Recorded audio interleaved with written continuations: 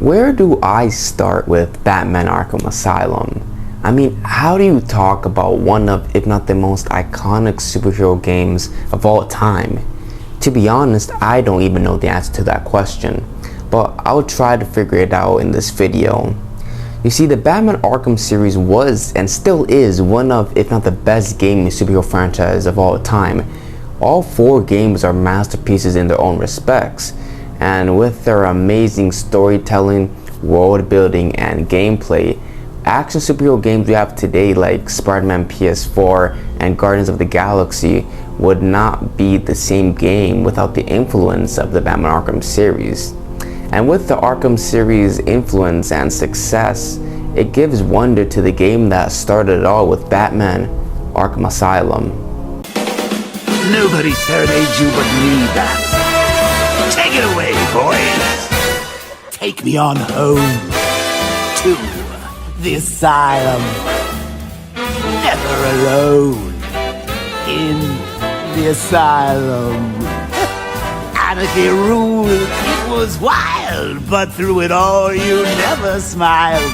Joke's on you, I'm in your head, so look who's laughing now. I'm stuck in your head and I'm laughing. I fill you with dread and I can't stop laughing. Your parents are dead and I can't stop laughing. What else can I do?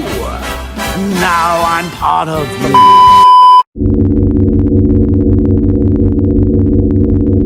Batman Arkham Asylum was first announced in August 2008 and was developed by Rocksteady Studios with Eidos Interactive and Warner Bros. Interactive Entertainment. Eidos obtained the rights to make a Batman game in 2007 and approached the little-known Rocksteady after viewing their developer's prototype. At Eidos' request, Rockstar presented their approach to the Batman license, and by May 2007 they had begun developing the game's concept, with full production beginning in September. Paul Dini was first approached by DC Comics around late 2007 about the prospect of creating a story for an original Batman video game.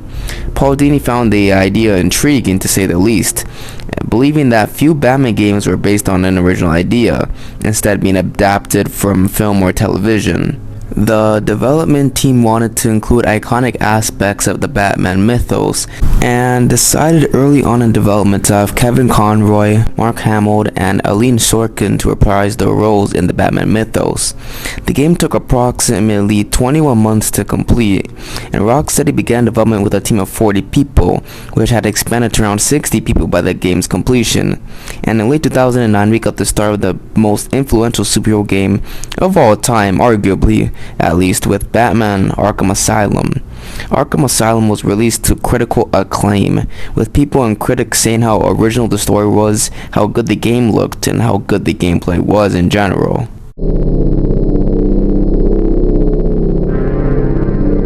Batman Arkham Asylum looks stunning and is amazing since this game came out all the way back in 2009. This game is filled to the brim with detail, with creases on people's clothes, dust in corners, and scratches on walls.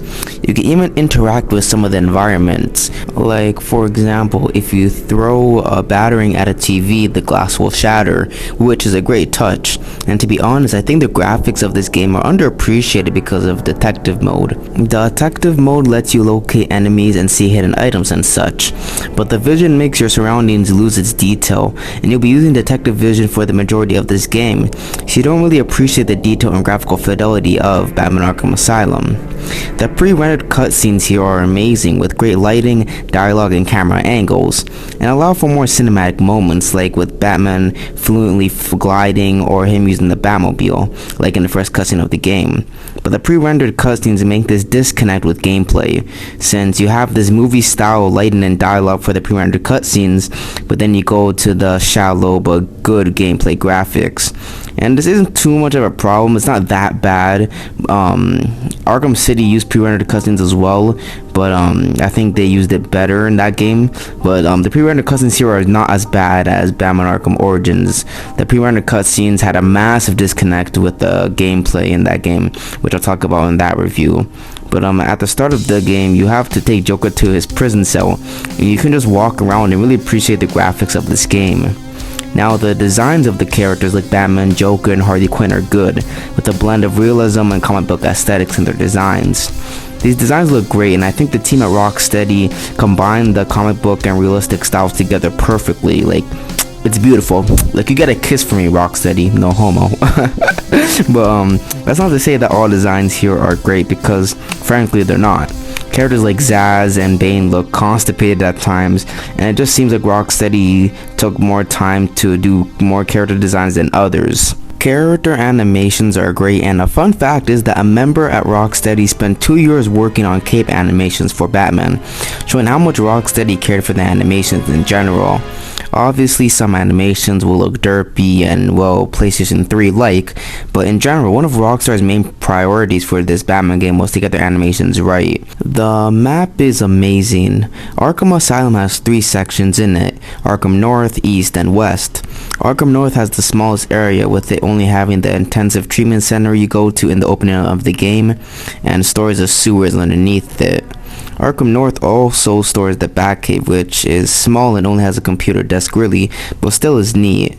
And Arkham West is the second largest area, with the penitentiary, which hosts the lunatics of the asylum, and the over-sanitized and creepy medical facility in it. And the largest area on the asylum is Arkham East, with the botanical gardens, which has great detail, and poison ivy's plants eventually take over the gardens. And the Arkham Mansion, which looks like the most normal place in this game, even though it has a haunted feel to it. Now, the atmosphere in the asylum is amazing as well. It has this supernatural element of horror in it, and honestly, it's great. The asylum feels like not a world to explore, but a character in itself. The multiple cracks on the walls, the rusted ceilings, and flashing lights give the asylum character. The inhabitants of the asylum also look and feel like they've been to hell and back, and as the game goes on, the asylum will change in horrendous ways. Like at the start of the game, the asylum guards are patrolling everywhere and look like they have control of the asylum, but later in the game, they're replaced by thugs with snipers, wandering inmates, and crazy lunatics, and even Poison Ivy's plans show up, just showing how much Joker takes over the island in this game. And to be honest, the skyline of the asylum is great. To the background of Gotham City, it's amazing, with buildings and Wayne Tower being the main attraction of the skyline. The title screen looks amazing in this game, with Batman looking at the fallen asylum, looking as amazing as ever by the way, on the side with the moon and nightfall as the background, with the Batman Arkham Asylum title in the middle, making for a really great title screen. My only complaint is that the title screen theme here isn't too good in my opinion. It just lacks character and that magic, but that does change in the main theme for Batman Arkham City. That theme it's honestly something else. That theme is great. I have no words for it, but that'll be for the Arkham City review. There are also a bunch of collectibles you can obtain in Batman Arkham Asylum. You can collect the Chronicles of Arkham, which explain the Arkham Asylum's creation and founder, and it's honestly really interesting to hear about. You can also collect audio tapes that are about the doctors talking to the inmates in Arkham, and it's really cool seeing doctors trying to reason with people like Killer Croc or Victor Zsasz. You can also collect the Riddler trophies, which is needed for 100% completion, and I like the Riddler trophies here more than other entries in the franchise, since there's not that much Riddler trophies here, and the ones that are here are a lot less time consuming to find in general. The voice acting in this game is a whole masterpiece on its own, to be honest. Obviously, Mark Hamill as Joker and Kevin Conroy as Batman are the stars of the game here. Mark Hamill has thousands of lines of dialogue in this game, and after seeing character models of the Joker's Arkham Asylum appearance, Mark Hamill decided to portray the character as dark and gritty, while retaining a clownish and playful nature to it. Kevin Conroy, on the other hand, has relatively fewer lines in comparison to Mark Hamill, but the lines he does have are great. He takes a more stern and direct approach to Batman here, which I like, and other actors do a great job, like Tom Kane as Commissioner Gordon, Arlene Scorton as Harley Quinn, and Wally Wingard as the Riddler. The sound effects in this game are great as well, with everything sounding realistic and unique in its own right. From the grapple hook to Batman's boots, everything sounds real and grounded, which I like in my opinion. The soundtrack is alright here, with a more ominous feel to it and can be even creepy at times, which matches the atmosphere to the asylum. The soundtrack uses high notes to create suspense and uses instruments like violins to create that creepy nature to it. Overall, the presentation is great, especially on the asylum, and it's impressive considering this game was made all the way back in 2009.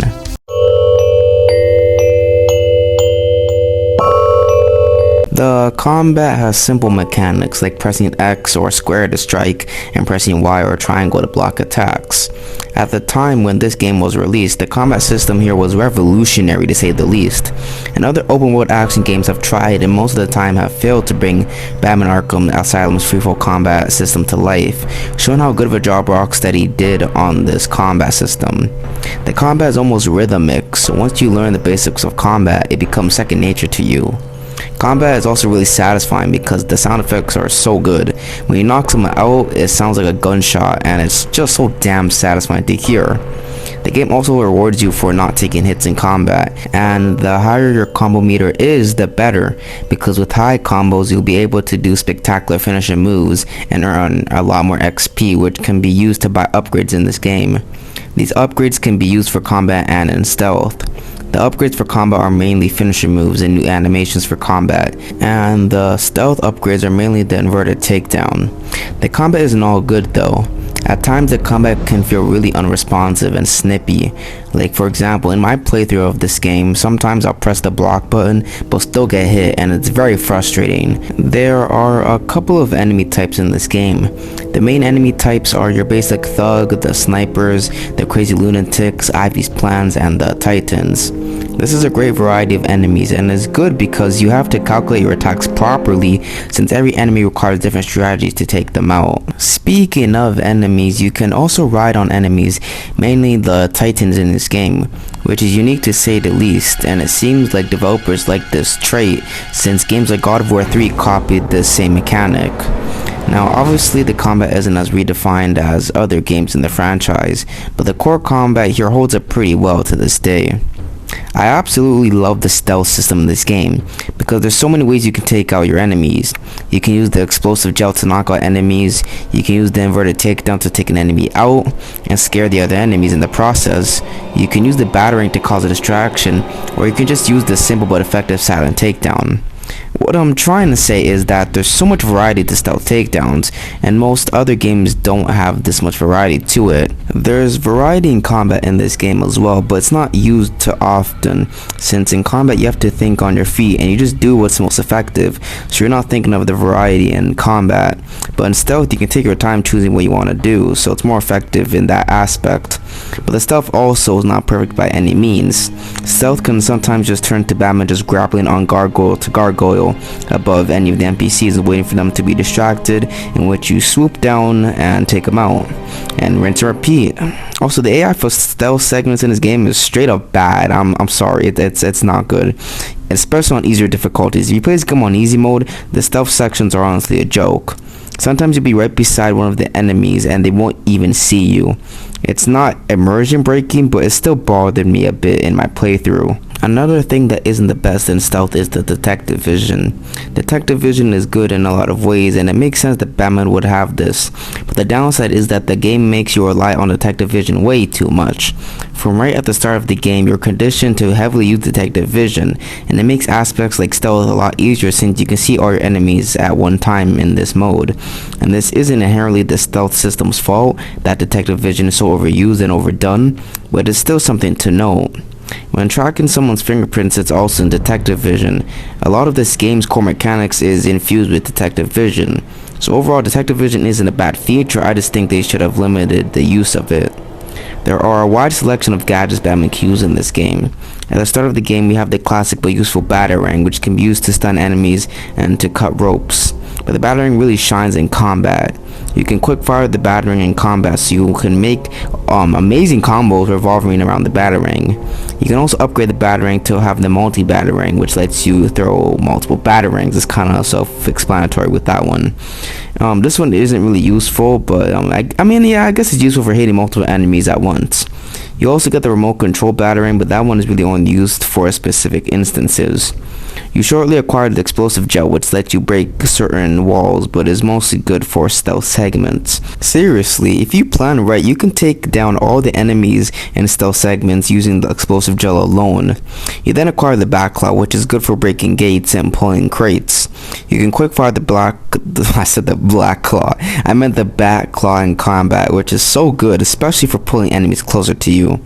Later in the game, you also get the ultra bat claw, which lets you shoot 3 claws instead of 1.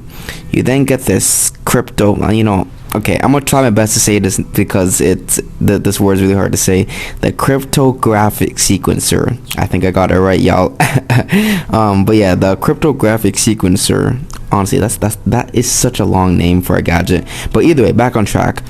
This gadget lets you hack into certain parts of the asylum, and to hack certain parts of the asylum, you have to do a little mini game.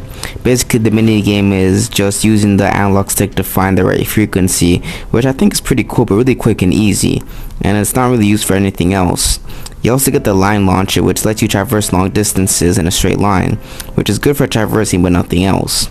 And the final gadget you get is the sonic battering, which emits a sound beacon that will draw the attention of the closest guard, which is good for luring guards to a specific place in stealth scenarios. Overall, the gadget selection here is very good and is very balanced, unlike other gadgets in later games in the Arkham series. Now, the level design in this game is also great. Getting lost in the levels in the asylum in general is not uncommon, with the tight spaces and many paths allowing you to be turned around and be distracted easily, and be distracted on what's going on right in front of you. Some paths in the asylum lead to nowhere though, which is quite disappointing, but on the bright side, you get to explore much of the asylum and learn a lot of lore about the asylum, which is pretty cool. Speaking of level design, I should probably talk about the Scarecrow segments of the game now. The first one is just you platforming while avoiding his gaze until you reach the bat signal and shoot it at him. The segment is good, especially for people that love platforming. The second time you do these segments, you basically do the same thing as before, but now there's a couple enemies you need to beat here and there. And this final time you verse Scarecrow was honestly crazy, with your game literally crashing, a role reversal, and a fake game over screen. Now I would go on about these, but I think it's just better to experience these segments for yourself. There are a couple of ways to traverse in this game. You can obviously walk and run and stuff like that. You can grapple onto certain areas and use the line launcher and stuff like that. But the best and most iconic way to traverse in this game without a doubt is the gliding mechanic. Batman can use his cape to glide, which is useful and honestly badass. And this mechanic has become so iconic in not just other games in this franchise, but other games have used this mechanic. Not just other games, other non-Batman games have used this mechanic. So I'm saying that Batman Arkham Asylum, Batman Arkham Asylum didn't start this trouble of, gliding from place to place. It didn't start it, right? But Batman Arkham Asylum, in my opinion, definitely revolutionized using the gliding mechanic, and revolutionized it for the better, I think. Now, the platforming in this game is good, with the platforming having resemblance to the Uncharted series, with Batman jumping from object to object, hanging off walls, or grappling on and stuff. There is a ton of platforming in this game, but they don't really throw it in your face, resulting in a pleasant platforming experience. I think a big missed opportunity for gameplay in Batman Arkham Asylum is the side content. Apart from challenge maps, there's basically no after story and no side content to do, which is very dissatisfying and disappointing. There are a couple of side stuff, mostly the regular trophies and other collectibles, but nothing concrete. The boss fights in this game aren't really too good, but let's talk about the boss fight so I can make my point. The first boss fight you do is not really a boss fight, but more of a tutorial on how these titans work. This isn't really anything special, it's just a tutorial on how to beat the titans. The next boss fight is versus Bane, and this boss fight actually feels like a boss fight, so I'll give it that. But Bane just plays the exact same as a normal titans, making this boss fight feel repetitive and easy. Now, Bane having some moves as a normal titan makes sense, since Bane and the titans in this game are really similar. And the first boss fight was about teaching the player on how to beat titans, so this would make sense, and it seems like a natural evolution from the first boss. But Bane having exactly the same moveset as the titans move by move is unbelievable to me. Either way, the next boss is versus 2 titans. Now this just feels like the same 2 bosses from before, since Bane fights just like a titan, and the first boss was versus a titan. Well, this boss is difficult, I'll give it that. It isn't anything exceptional. We then have Killer Croc. Now this is a good ass boss fight. You as Batman enter the sewers to get a spore to cure people, but unluckily Killer Croc is also down there and wants to eat you. So you have to carefully sneak past wooden planks to keep quiet from Croc. But every now and then Croc will eventually emerge and try to eat you, resulting in panic by the player, especially the first time this happens. The cool thing for this boss fight is the fact that you actually can't damage or kill Killer Croc for that matter, but you actually have to activate a shock collar to prevent him from eating you. I absolutely love the atmosphere and creepiness in this boss fight. I remember the first time I was playing this boss fight and I remember being so scared to play, but overall the boss fight here is actually really good, I can't lie, which isn't good for my argument at all saying the boss fights are bad, but I gotta tell the truth, man, this boss fight honestly is really good, and I think this is the best Killer Croc boss fight we get in the whole Arkham franchise. The next boss is versus Poison Ivy and her plants. Now this boss is very unique in terms of design and scale. Ivy's plants are the main threat here, and you have to use your batarangs to hurt the plants while dodging its attacks. While repetitive, this boss fight is at least unique compared to the Titan boss fights in this game. And the long awaited final boss fight is versus the mad clown himself, the Joker. Now this is it. This is the final matchup we've been waiting for. Now it's just you and the Joker, and oh, he turns into a Titan, of course. Now this boss fight is super disappointing on so many levels. Like the fact that the boss fight just sums up to you running away from Joker, fighting thugs, and then using the backlot to hurt the Joker. This does not feel like a natural evolution of any kind of the boss fights that you versed before him, and this just doesn't feel like Batman to me. So overall, the boss fights, while unique, are mostly just repetitive wastes of time.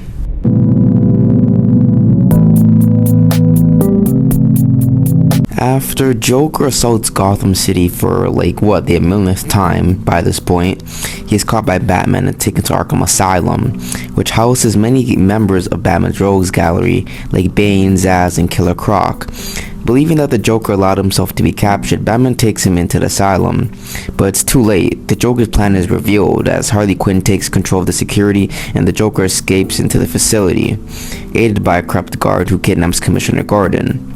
The Joker threatens to detonate bombs hidden around Gotham City if anyone tries to enter Arkham, forcing Batman to work alone, which is a good excuse to not have the Bat family in this game.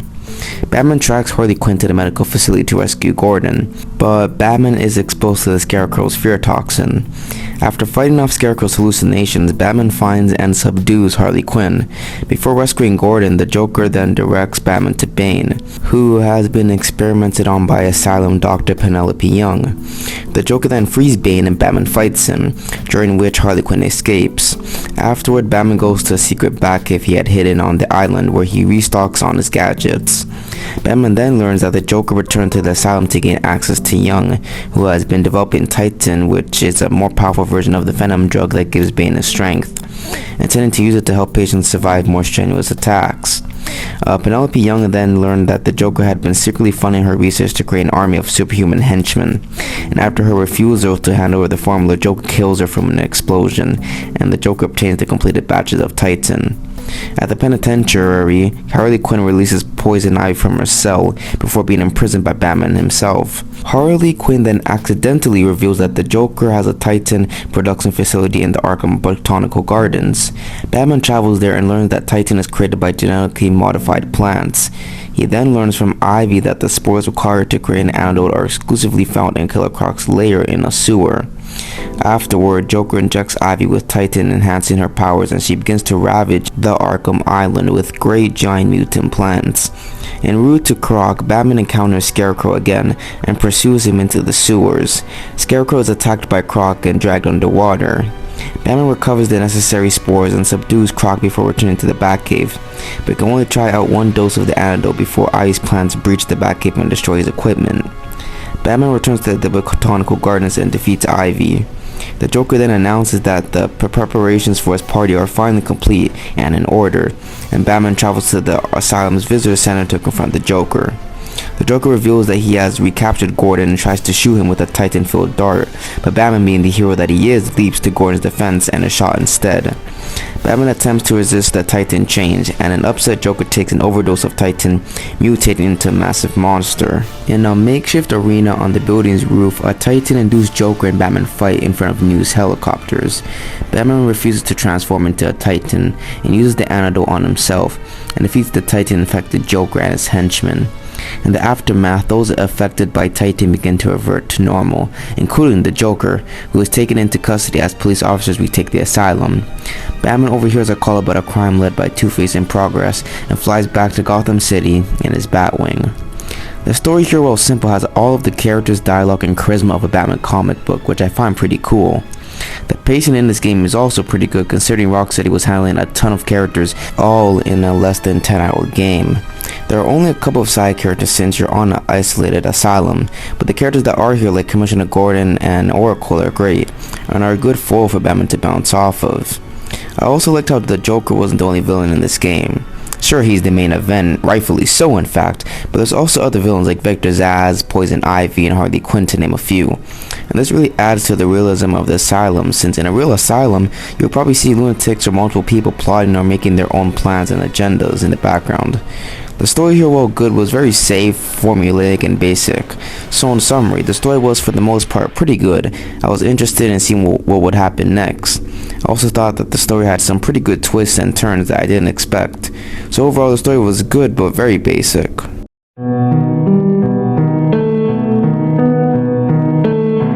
Batman Arkham Asylum is my third favorite in the Arkham franchise. I love Arkham Asylum, but not as much as I love Arkham City or Knight. This game is really good. It started the Arkham franchise after all. The story was amazing, but for me it was just a basic story. It was basic but pretty good overall. The boss fights aren't great, but the ones that I did like were the Scarecrow Illusion boss fights, the Killer Croc boss fight, and the Poison Ivy boss fight. The character designs were great, but for me Killer Croc, Titans, Jim Gordon, and Scarecrow designs weren't the best. This game also over-relied on detective vision, making the game boring at times. The game's atmosphere was spectacular in my opinion. Arkham Asylum and Arkham Origins do an amazing job with the atmosphere. Arkham Origins with the Christmas vibe, and Arkham Asylum with a dark, creepy horror vibe in the Arkham Island. Even the Batcave, both Arkham Asylum and Origins have great Batcave design, even though Arkham Asylum's Batcave was small and short-lived, but it was still a great addition to the game's story. Overall, I love Batman Arkham Asylum, but I recognize it has a lot of its flaws, and this game isn't perfect by any means. But I do suggest you do play this game if you have a chance to play it, especially if you're a DC fan. Hey my beautiful people, thank you for watching until the end here. I truly appreciate it. You know, I'm grateful. Like, you're a real one if you're like, you know, because this was a long video, so if you're still here, you know, I appreciate it, you know, like, pat on the back, you know, like, thank you. But I just wanted to come here, you know, just say hi, you know, talk to y'all. You know, I'm planning to put my face more in these videos, you know. If you have any feedback, you know, go in the comments. You know what to do. And just give me some, you know, feedback, stuff to improve on, you know. I'm just trying to improve in any way, like, you know what I mean. I'm on my grind, bro. I'm just grinding, making these videos for y'all. So if you have any feedback, I would appreciate it. But yeah, that's all I kind of have to say for this one. My next video will probably be an Uncharted video. I'm excited to do that.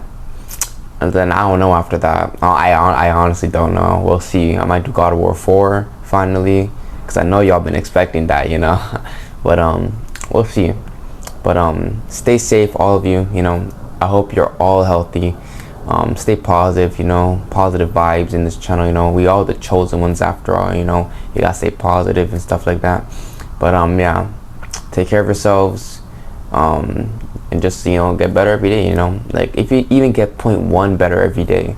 Fun fact, if you get 0.1 better, like 0.1% better every day, you'll be about 36% better by the end of the year, which is crazy to me. Like, that's so cool. So, you know, if you just get better every day, you know, like, your life will tremendously improve, you know. That's what I'm doing now, you know. And, you know, we as, you know, as a collective, you know, society have to just, you know, level up in life, you know what I mean. But yeah, this is getting a little long. Like, I'm sorry, I don't mean these, like, this video is very long, so I'm gonna wrap it up here. Thank you for watching this video. Like I said, any feedback, you know what to do. If you like my, you know, content, subscribe if you haven't. Like this video as well. I can't talk. It does support me, but I'll see you on the next one. I appreciate it. The chosen one out.